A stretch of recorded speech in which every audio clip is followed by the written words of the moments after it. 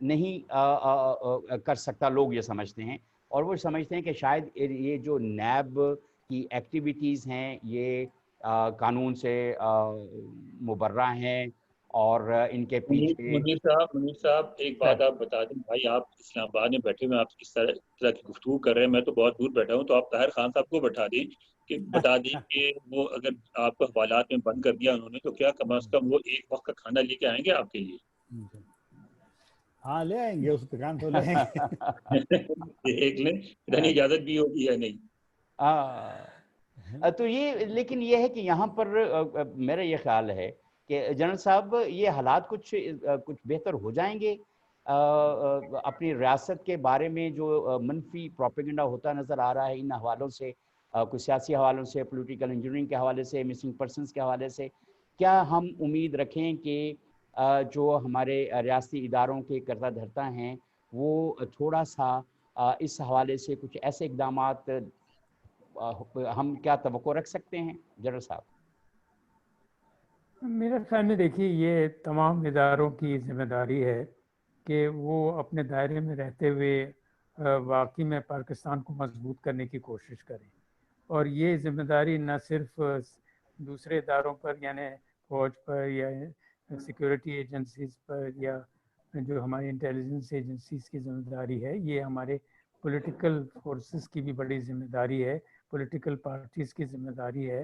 کہ وہ بھی اپنے